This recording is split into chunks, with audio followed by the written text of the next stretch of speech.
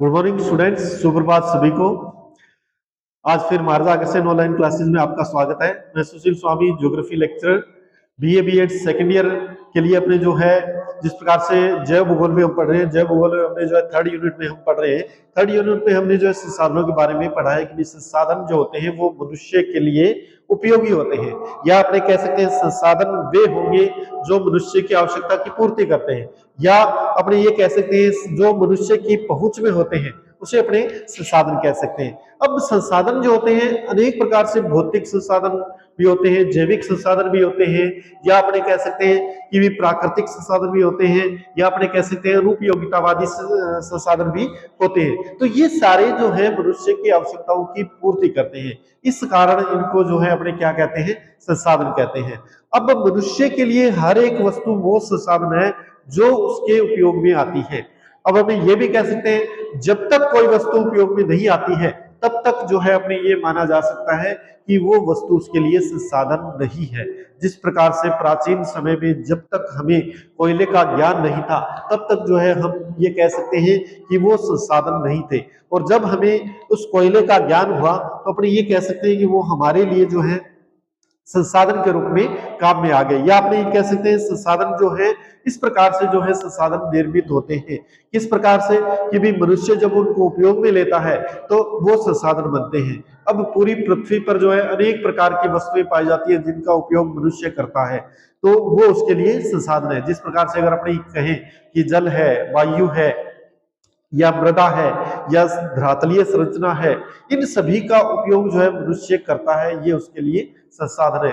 इसी प्रकार से अन्य जो जैविक रूप से अगर देखिए विभिन्न प्रकार के पठार हैं, पर्वत हैं, नदियां हैं, या वनस्पति पदार्थ हैं, ये पेड़ पौधे हैं, ये सारे मनुष्य के लिए संसाधन है जो वो उसके उपयोग में लेता है। या पेट्रोलियम पदार्थ है, विभिन्न प्रकार के खनिज है, या यानी विभिन्न प्रकार के जो और स्रोत हैं उन स्रोतों को वो उपयोग में लेता है, तो वो उसके लिए संसाधन है। अब अपने अगर देखें संसाधनों का अगर कार्यात्मक सिद्धांत अगर अपने देखें तो अपने ये कह सकते हैं कि संसाधन जो है प्रकार्यात्मक या सक्रियात्मक होते हैं, या उनमें जो है प्रक्रिया होती रहती है, या वो सक्रिय रहते हैं, या अपने ये कह सकते हैं संसाधन जो होते हैं वो संसाधन मानव प्रयासों द्वारा निर्मित होते हैं। कहने का मतलब मानव जब तक प्रयास नहीं करता है तब तक वो संसाधन नहीं बन पाते हैं।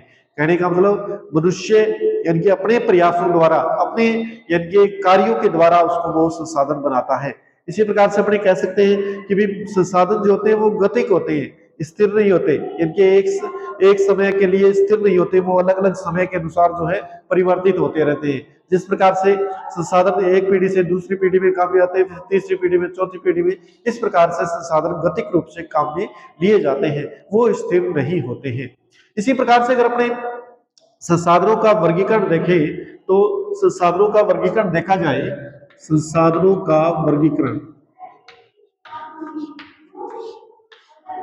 संसाधनों का वर्गीकरण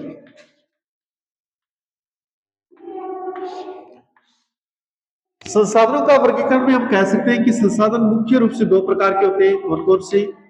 एक तो प्राकृतिक संसाधन जिसे कह सकते हैं प्राकृतिक संसाधन। कौन से संसाधन? प्राकृतिक संसाधन जो नेचुरल होते हैं, नेचुरल अपने रिसोर्सेज जिसे कह सकते हैं natural resources, natural resources, natural resources. और दूसरा होता है अनुपयोगितावादी संसाधन, अनुपयोगितावादी,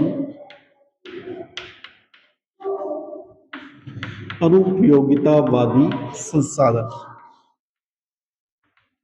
हमने कह सकते हैं कि इस प्रकार के जो संसाधन हैं वो प्रायोगिक रूप से नहीं होते हैं, प्रायोगिक रूप से वो नहीं पाए जाते हैं। जिस प्रकार से अन्य संसाधन होते हैं, नेचुरल संसाधन होते हैं जैसे जल है, वायु है, तो इस प्रकार से वो प्रायोगिक रूप से नहीं होते हैं। लेकिन उन संसाधनों द्वारा जो है विभिन्न प्रकार के परिवर्तन देखे जाते हैं। जिस प्रकार से मनुष्य में अनेक प्रकार के परिवर्तन किसके द्वारा आते हैं? शिक्षा के द्वारा आते हैं, या शिक्षा के द्वारा उसमें परिवर्तन देखे जाते हैं, या अपने ये कह सकते हैं उसके ज्ञान को अपने कह सकते हैं उसका ज्ञान जो है, इस प्रकार के संसाधन और उपयोगितावादी संसाधन कहलाते हैं। जो अपने जिस प्रकार से अगर प्राकृतिक संसाधनों की अपनी बात करें तो प्राकृतिक संसाधन जिस प्रकार से अगर देखा जाए तो प्राकृतिक संसाधन जो प्रकृति से अपने को उत्पन्न होते हैं, प्रकृति से अपने को उत्पन्न होते हैं, प्रकृति से उत्पन्न होते हैं, इन्हें जो है अपने प्राकृतिक संसाधन कहेंगे। प्राकृतिक संसाधनों में अधिकतर अगर देखा जाए तो अगर अपने इनमें अलग अलग प्रकार से देखा जाए तो प्राकृतिक संसाधन मुख्य रूप से अनवीकरणीय संसाधन भी होते हैं, पुनर्चक्रणीय संसाधन भी होते हैं, या नवीकरणीय संसाधन भी होते हैं, अपने अक्षयशील या अक्षय भी इनके संसाधन होते हैं, अब या क्षयशील संसाधन भी होते हैं।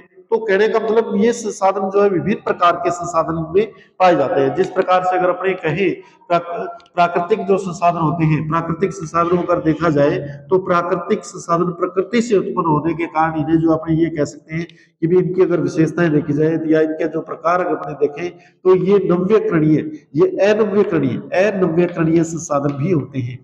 अनव्यकरणीय संसाधन, अनव्यकरणीय संसाधन से मतलब कि ऐसे संसाधन जो यानी कि अपने ये कह सकते हैं जो जिस प्रकार से प्रकृति के अंदर उपलब्ध है, मान लो कि विभिन्न प्रकार के जीव जंतु हैं, विभिन्न प्रकार के जंतु हैं, जिस प्रकार से विभिन्न प्रकार के वन के अंदर जीव पाए जाते हैं, अगर वो जीव नष्ट हो जाते हैं, एक बार पूर्ण रूप से नष्ट हो जाते हैं तो उसके कारण वो दोबारा उनको जो है अपने प्राप्त नहीं कर सकते। इस प्रकार के जो संसाधन होते हैं वो अनव्यकरणीय संसाधन कहते हैं। अब वन में अगर कोई भी प्रजाति है, वन की प्रजाति है, कोई वन की प्रजाति अगर वो नष्ट हो जाती है, उससे दोबारा प्राप्त नहीं किया जा सकता, वो जो है प्राकृतिक संसाधन है और वो अनवीकरणीय संसाधन है। इसी प्रकार से पुनर्चक्रणीय संसाधन भी होते हैं। पुनर्चक्रणीय, पुनर्चक्रणीय से मतलब कि रिसाइकिल जो होते हैं, रिसाइकिल अपने ये कह सकते हैं कि ऐसे संसाधन जो रिसाइकिल होते हैं या पुनर्चक्रित किए जा सकते हैं, तो वो एक यानी जिनको अगर अपने एक बार काम में लेते हैं तो उनको दोबारा काम में लिया जा सकता है, ऐसे संसाधन पुनर्चक्रणीय संसाधन कहलाते हैं। जिस प्रकार से अपने कह सकते हैं विभिन्न धातुएं हैं, विभिन्न प्रकार की धातुएं हैं, विभिन्न प्रकार की धातुएं जो है उन धातुओं को एक बार उपयोग में ले लिया, दोबारा उनको गलाकर जो है जिस प्रकार से सोना है, चांदी है, तांबा है, लोहा है, इस प्रकार के ये संसाधन है जिनको अपने एक बार गलाकर या एक बार जो है उनको पिघलाकर हम काम में ले लिया तो दोबारा उनको काम में पिघलाकर लिया जा सकता है। तो इस प्रकार के संसाधन जो होते हैं वो पुनर्चक्रणीय संसाधन कहलाते हैं। इसी प्रकार से कुछ ऐसे संसाधन भी होते हैं जो नव्यकरणीय संसाधन होते हैं। नव्यकरणीय संसाधन, नव्यकरणीय संसाधन से मतलब ऐसे संसाधन होते हैं जो जिनका नवीकरण किया जा सकता है, जिनको नवीकरण अपने कर सकते हैं या जिनको दोबारा अपने प्राप्त कर सकते हैं, ऐसे संसाधन जो होते हैं वो नव्यकरणीय संसाधन कहलाते हैं। इसके अंतर्गत वे संसाधन आते हैं, वे जटिल पदार्थ आते हैं जिनमें पुनर्चक्रण एवं वृद्धि की अपने कह सकते हैं कि वृद्धि की जा सकती है, या अपने ये कह सकते हैं कि इस प्रकार के संसाधन जो होते हैं अधिकतर अगर उनको देखा जाए तो जब भी इनके उपयोग में इनको लेते हैं तो इनको उपयोग करने के बाद में जो इनको पुनर्चक्रित किया जा सकता है। इस प्रकार के संसाधन जो होते हैं वो अधिकतर पुनर्चक्रणीय या नवीकरणीय संसाधन कहलाते हैं। इसी प्रकार से कुछ अपने ये कह सकते हैं कि ऐसे संसाधन भी होते हैं जो अक्षम्य या अपने कह सकते हैं अक्षयशील और क्षयशील संसाधन होते हैं। अक्षयशील, अक्षयशील से मतलब कि जो खत्म नहीं होते, जो संसाधन समाप्त नहीं होते, अपने ये कह सकते हैं ये इस प्रकार के संसाधन समाप्त नहीं होते हैं, समाप्त नहीं होते हैं। और क्षयशील संसाधन वे होते हैं जो समाप्त होते हैं, जो समाप्त हो जाते हैं। जिस प्रकार से अपने कह सकते हैं अक्षयशील के रूप में अपने देख सकते हैं जो समाप्त नहीं होते हैं, जैसे जल है, सूर्य ऊर्जा है, सूर्य ऊर्जा है, वायु है, तो ये वायु है, ये सारे संसाधन जो होते हैं ये अपने ये कह सकते हैं अक्षयशील संसाधन होते हैं, या ये समाप्त नहीं होते हैं, ये चलते रहते हैं या सनातन काल से चलते आ रहे हैं और चलते ही रहेंगे। जिस प्रकार से सूर्य का प्रकाश है, तो सूर्य का प्रकाश जो है अपने ये कह सकते हैं कि भी चलता रहता है, ये कभी भी खत्म नहीं होता है। या अपने ये कह सकते हैं जिस प्रकार से जल है, तो जल का उपयोग जो है अपने ये कह सकते हैं कि जल का उपयोग किया जा सकता है। हर पीढ़ी में जो अपने जल का उपयोग करते हैं, प्रत्येक पीढ़ी जो है जल के लिए जो है सुलभ होती है। तो इस प्रकार से अपने ये कह सकते हैं कि संसाधन जो होते हैं वो संसाधन मुख्य रूप से अगर देखा जाए तो अक्षयशील संसाधन कहलाते हैं जो समाप्त नहीं होते हैं। और क्षयशील संसाधन उन्हें कहेंगे अपने जो यानी कि खत्म हो सकते हैं, या अपने ये कह सकते हैं जो धीरे धीरे जो है कम होते जाते हैं, जिस प्रकार से विभिन्न प्रकार के पेट्रोलियम उत्पाद हैं या विभिन्न प्रकार की जिस प्रकार से अपने ये कह सकते हैं विभिन्न प्रकार के जीव जंतु हैं, तो वो धीरे धीरे जो है नष्ट होते जाते हैं। तो इस प्रकार के संसाधन जो है क्षयशील संसाधन कहलाते हैं। इसी प्रकार से अगर अपने देखें तो संसाधन मुख्य रूप से, और अगर इनका वर्गीकरण अपने देखें प्राकृतिक रूप से, तो संसाधन जैविक भी होते हैं, जैविक या अजैविक संसाधन भी आते हैं, जैविक या अजैविक संसाधन भी आते हैं।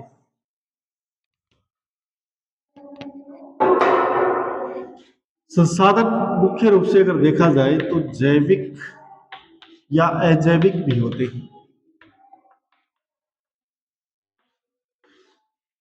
जैविक या अजैविक, जैविक संसाधन वे संसाधन होते हैं जो विभिन्न प्रकार के जीव जंतु होते हैं, जिस प्रकार से मनुष्य है, जीव जंतु है, पशु है, ये सारे जो होते हैं ये जैविक संसाधनों के अंतर्गत इनको रखा जाता है।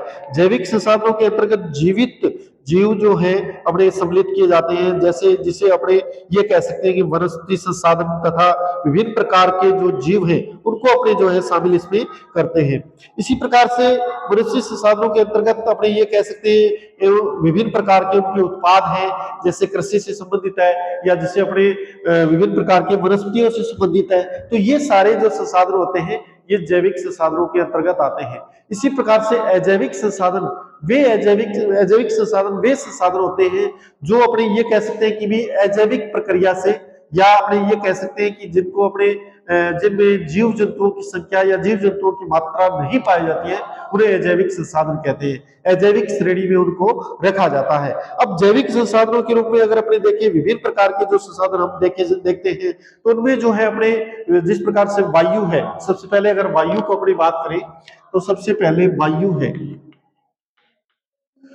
वायु की अपनी बात करें, वायु जो है अगर देखा जाए तो वायु क्या करती है कि वायु में अनेक गैसें पाई जाती हैं, जिस प्रकार से अपने कहते हैं O2 इसमें पाई जाती है, ऑक्सीजन है, नाइट्रोजन इसमें पाई जाती है, या कार्बन डाइऑक्साइड इसमें पाई जाती है, या अपने कह सकते हैं हाइड्रोजन इसमें पाई जाती है, आर्गन इसमें पाई जाती है, या अपने कह सकते हैं क्रिप्टोन इसमें पाई जाती है, या अपने कह सकते हैं जिनोन इसमें पाई जाती है, हीलियम पाई जाती है। तो ये सारी गैसें जो होती है ये वायु में पाई जाती है। और वायु में जो ऑक्सीजन होती है ये जीव जंतुओं के श्वसन के लिए सबसे महत्वपूर्ण होती है, या अपने कह सकते हैं धरातलीय सतह पर जो है अधिकतम जो है अपने कह सकते हैं ऑक्सीजन पाई जाती है, और यहाँ पर जो है ये मनुष्य के श्वसन के लिए महत्वपूर्ण होती है, या पेड़ पौधों के श्वसन के लिए जो है ये महत्वपूर्ण होती है। तो वायु महत्वपूर्ण संसाधन होती है मनुष्य के लिए, जिसे अपने प्राकृतिक संसाधनों के रूप में जिसे अपने रखते हैं, और इसके द्वारा जो है अपने कह सकते हैं विभिन्न प्रकार की प्रक्रियाएं जो है पृथ्वी के ऊपर होती है। या अपने कह सकते हैं पेड़ पौधे हैं, पेड़ पौधे, जीव जंतु, मनुष्य ऑक्सीजन के द्वारा जो है जीवित रहते हैं। विभिन्न प्रकार की जो इनके वायु में जो ऑक्सीजन की मात्रा पाई जाती है, हम कहते हैं वायु में ऑक्सीजन की मात्रा 21% पाई जाती है, नाइट्रोजन की 78% पाई जाती है, इसी प्रकार से CO2 की 0.03% पाई जाती है। तो अपने ये कह सकते हैं कि भी ये जो इनके वायु है ये महत्वपूर्ण होती है। इसी प्रकार से नाइट्रोजन जो है, नाइट्रोजन भी जो है अप्रत्यक्ष रूप से जो है नाइट्रेट का निर्माण करती है, जो पेड़ पौधों के लिए, तो पेड़ पौधों की जो अपने कह सकते हैं कि वृद्धि के लिए आवश्यक होती है। इसी प्रकार से अगर अपने कहे जो CO2 है, तो CO2 भी महत्वपूर्ण गैस होती है जो वातावरण में जो है इनके संतुलन का कार्य करती है, या अपने ये कह सकते हैं पेड़ पौधों के लिए ये आवश्यक होती है। तो अपने ये कह सकते हैं वायु जो है महत्वपूर्ण जैविक अपने कह सकते हैं कि एक महत्वपूर्ण संसाधन, प्राकृतिक संसाधन है, जिसका उपयोग जो है इनके विभिन्न प्रकार के जीव जंतु और मनुष्य करते हैं। इसके बाद हम देखते हैं सूर्य ऊर्जा है। सूर्य ऊर्जा, अगर सूर्य ऊर्जा को देखा जाए, सूर्य ऊर्जा क्या करती है कि भी सूर्य से प्राप्त होने वाली जो ऊर्जा है, सूर्य से ऊर्जा प्राप्त होती है, किस रूप में सूर्य से ऊर्जा प्राप्त होती है? विकिरण के रूप में जो है ऊर्जा प्राप्त होती है, विकिरण के रूप में। और विकिरण के रूप में ऊर्जा प्राप्त होने के कारण ये जब धरातल पर आती है तो धरातल पर पहुंचकर जो है विभिन्न गतिविधियों को संचालित करती है।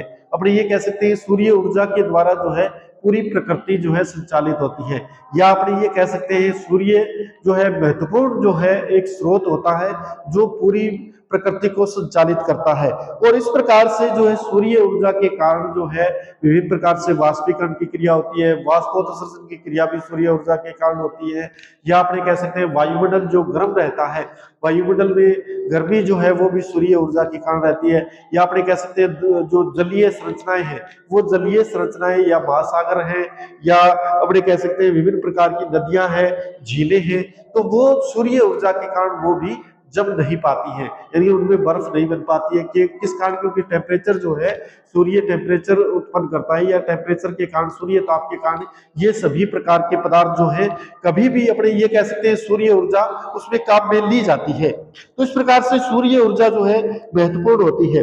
अब इसी प्रकार से अपने अगर तीसरे संसाधन की अपनी बात करें तो जल है, जिसे अपने जल के रूप में अगर देखा जाए तो जल महत्वपूर्ण होता है, जो असीम संसाधन जिसे अपने कह सकते हैं, या जो कभी खत्म होने वाले संसाधन नहीं है, इस प्रकार के ये संसाधन होते हैं, प्राकृतिक संसाधन जो होते हैं जिसे अपने जल कहते हैं, जल या वाटर।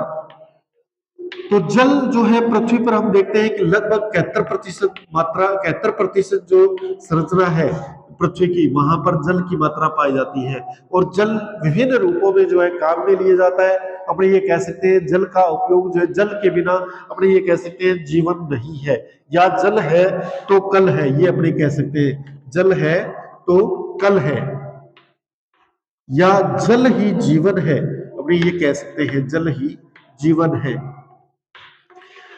अब मनुष्य शरीर के लिए जल की आवश्यकता होती है, जो या उससे घरेलू रूप में भी उसको आवश्यकता पड़ती है, या अपने विभिन्न औद्योगिक प्रक्रियाओं में जल की आवश्यकता पड़ती है, या अपने कह सकते हैं नगर पालिका क्षेत्र में जो है जल की आवश्यकता पड़ती है, या अपने कह सकते हैं कि भी विभिन्न प्रकार के जो नगर निगम क्षेत्र है वहां पर भी जल की आवश्यकता पड़ती है। तो इस प्रकार से विभिन्न क्षेत्रों में जो है जल का उपयोग किया जाता है, और जल एक ऐसे संसाधन के रूप में इसका अपने उपयोग में लिया जाता है। इसी प्रकार से विभिन्न प्रकार के निर्माण क्षेत्र हैं, उन निर्माण क्षेत्रों में भी जल का उपयोग किया जाता है। तो जल का उपयोग अपने जो है विभिन्न दिनचर्या के रूप में उसका उपयोग करते हैं। तो जल के बिना जिस प्रकार से विभिन्न जीव जंतु है वो जल के बिना नहीं रह सकते। जैसे मछली है तो मछली जो है जल का ही जीव है, और बिना जल के ये जीवित नहीं रह पाती है। तो कहने का मतलब अपने ये कह सकते हैं कि भी जल भी एक महत्वपूर्ण संसाधन होता है, प्राकृतिक संसाधन, जो असीम संसाधन जिसे अपने कह सकते हैं। इसी प्रकार से इनके बहिर्वाह के रूप में जल का उपयोग किया जाता है। विभिन्न औद्योगिक जो प्रक्रियाएं हैं उन औद्योगिक प्रक्रियाओं में जल का उपयोग करके जो है उसे बाहर की तरफ निकाला जाता है। तो इस प्रकार की प्रक्रिया में भी जल का उपयोग अपने करते हैं। इसी प्रकार से अगर अपने देखें तो जो धरातलीय भाग है, उसके बाद जल के बाद में अगर अपने देखें विभिन्न प्रकार के धरातल या स्थल है, धरातल या स्थल, धरातल या स्थल होते हैं, वो भी जो है एक संसाधन के रूप में काम में आते हैं। जिस प्रकार से अपने जो पृथ्वी है, पृथ्वी का जो अपने देखें ग्लोब है, उसको इनके विभिन्न अक्षांशों और देशांतरों में बांटा गया है। अक्षांश और देशांतरों के अनुसार जो स्थल चिन्हित किए गए हैं। अक्षांश और देशांतर के अनुसार जो है विभिन्न प्रकार के जो देश हैं या प्रदेश हैं या विभिन्न प्रकार के स्थान है उनको चिन्हित किया जाता है। तो इस प्रकार से स्थलीय भाग जो धरातल होते हैं वो धरातल भी अनेक प्रकार के पाए जाते हैं। जैसे अपने कह सकते हैं पर्वतीय क्षेत्र पाए जाते हैं, पर्वतीय क्षेत्र पाए जाते हैं, या पठारीय क्षेत्र पाए जाते हैं, अपने कह सकते हैं पठारीय क्षेत्र होते हैं। विभिन्न मैदानी क्षेत्र पाए जाते हैं, विभिन्न मैदानी क्षेत्र पाए जाते हैं, उबड़ खाबड़ क्षेत्र पाए जाते हैं, गर्त पाए जाते हैं, उबड़ खाबड़ क्षेत्र पाए जाते हैं, या विभिन्न प्रकार के गर्त पाए जाते हैं, गड्ढे पाए जाते हैं।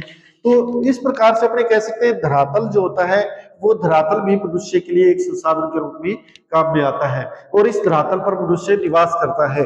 कुछ लोग पर्वतीय क्षेत्र में निवास करते हैं, कुछ लोग मैदानी क्षेत्रों में निवास करते हैं, कुछ लोग घाटी क्षेत्रों में निवास करते हैं। तो इस प्रकार से अलग अलग क्षेत्रों में उनका निवास क्षेत्र पाया जाता है।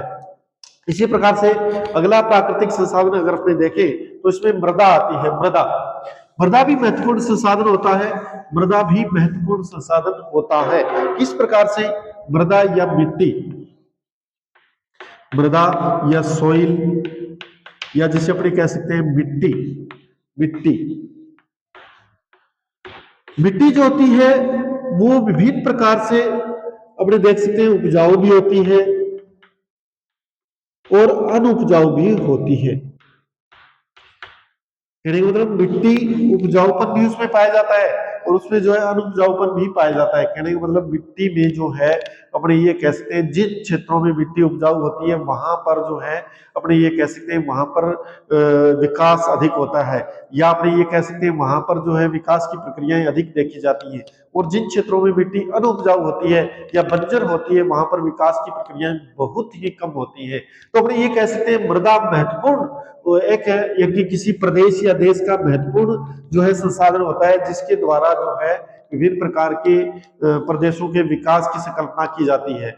जहां जिन क्षेत्रों में मृदा उपजाऊ होती है उन क्षेत्रों में हम ये कह सकते हैं कि वहां पर जो है ये देखा जाता है कि उन क्षेत्रों में जो है विकास की प्रक्रियाएं अधिक होती हैं। तो इस प्रकार से अपने कह सकते हैं मृदा महत्वपूर्ण जो संसाधन होती है, प्राकृतिक संसाधन होती है जिसका उपयोग करने से जो है अपने ये कह सकते हैं विभिन्न प्रकार की मृदा जैसे अपने कह सकते हैं उसके उपयोग के अनुसार जो है किसी भी स्थलीय भाग की या किसी भी देश की जो है आर्थिक स्थिति उस पर निर्भर करती है। तो इस प्रकार से अपने कह सकते हैं कि मृदा के द्वारा जो है विभिन्न प्रकार से किसी देश का विकास देखा जा सकता है। इसी प्रकार से अपने कह सकते हैं वनस्पति है, अगला संसाधन के रूप में अगर वनस्पति अपने देखें तो वनस्पति जो है यानी धरातल के ऊपर जो वनस्पति है वो अगर देखी जाए तो पूरे ग्लोब पर अगर वनस्पति देखी जाए तो लगभग 33% क्षेत्र पर जो है वन होनी चाहिए, लेकिन वर्तमान समय में वन जो है बहुत ही कम पाए जाते हैं। किसी क्षेत्र में 19% है, किसी क्षेत्र में 9% है, किसी क्षेत्र में 20 है, किसी में 25 है। तो इस प्रकार से वन क्षेत्र भी कम पाए जाते हैं। तो अपने कह सकते हैं वनस्पति उस क्षेत्र को यानी कि महत्वपूर्ण संसाधन के रूप में उसको वनस्पति को देखा जाता है। जिस प्रकार से किसी क्षेत्र में विभिन्न वृक्ष पाए जाते हैं उन वृक्षों का यानी कि एक बहुमूल्य उपयोग होता है, या अपने कह सकते हैं विभिन्न औषधियां पाई जाती है वनस्पतियों के अंदर, उन औषधियों का उपयोग जो है विभिन्न प्रकार से औषधीय वनस्पतियों का उपयोग विभिन्न प्रकार से दवाइयों के निर्माण में किया जाता है। तो इस प्रकार से वनस्पति पदार्थ जो होते हैं महत्वपूर्ण उत्पादक होते हैं। जैसे अपने कह सकते हैं वन है तो वनों से अनेक प्रकार के जो है अपने ये कह सकते हैं कि विभिन्न प्रकार की जो सुविधाएं प्राप्त होती हैं। वनों से विभिन्न प्रकार के जो प्रकार या विभिन्न प्रकार के जो अपने ये कह सकते हैं विभिन्न औषधियां प्राप्त होती है, विभिन्न जो अपने कह सकते हैं कि फल फूल उनसे जो है प्राप्त किए जाते हैं, या विभिन्न प्रकार के वन क्षेत्रों में विभिन्न जो है जीव जंतु भी पाए जाते हैं। उन वनस्पतियों के कारण जो है विभिन्न क्षेत्रों में जो है उनका विकास किया जाता है। तो इस प्रकार से अपने कह सकते हैं वनस्पति जो है इस प्रकार से भोजन प्राप्त करने के लिए भी वनस्पति का महत्वपूर्ण उपयोग होता है। जिस प्रकार से वन क्षेत्रों में रहने वाले जो लोग हैं वो इनके द्वारा अपना भोजन प्राप्त करते हैं। तो इस प्रकार से विभिन्न प्रकार की प्रक्रियाएं जो होती हैं उन प्रक्रियाओं के कारण वनस्पति पदार्थ जो होते हैं वनस्पति पदार्थ महत्वपूर्ण रूप से उसमें कार्य करते हैं। अब विभिन्न प्रकार के जो जंतु हैं या खनिज संसाधन है, अपने ये कह सकते हैं जंतु है या विभिन्न जंतु भी महत्वपूर्ण जो है इनके संसाधन होते हैं, जो यानी कि पारिस्थितिकी के रूप में उनका अपने उपयोग करते हैं। विभिन्न जंतु जो है वन्य जंतु है या मैदानी जंतु है या स्थलीय जंतु है, वे उस पारिस्थितिक तंत्र के अनुसार जो है कार्य करते हैं। तो अपने ये कह सकते हैं कि भी जंतुओं के द्वारा भी जो है जो जंतु भी होते हैं वो प्राकृतिक संसाधन के रूप में काम में लिए जाते हैं। इसी प्रकार से हम कह सकते हैं कि भी जिस प्रकार से खनिज संसाधन है, विभिन्न प्रकार के खनिज संसाधन है, विभिन्न प्रकार से जिस प्रकार से पृथ्वी को भूगर्भ से खोदकर अनेक खनिज निकाले जाते हैं, जिस प्रकार से विभिन्न प्रकार का पत्थर अपने निकालते हैं, विभिन्न प्रकार के बहुमूल्य धातुएं अपने निकालते हैं, सोना है, चांदी है, प्लेटिनम है, इस प्रकार के खनिज हम जो है एल्यूमिनियम है, इस प्रकार के खनिज हम प्राप्त करते हैं। तो खनिज संसाधन भी जो होते हैं वो प्राकृतिक संसाधनों को उनको उपयोग में लिया जाता है, और ये खनिज संसाधन विभिन्न प्रकार की औद्योगिक प्रक्रियाओं में भी काम में लिए जाते हैं। तो इस प्रकार से हम कह सकते हैं कि भी प्राकृतिक संसाधन जो होते हैं वो महत्वपूर्ण संसाधन के रूप में काम में आते हैं। जैविक या अजैविक संसाधन के रूप में उनको अपने देखते हैं। तो धन्यवाद स्टूडेंट्स।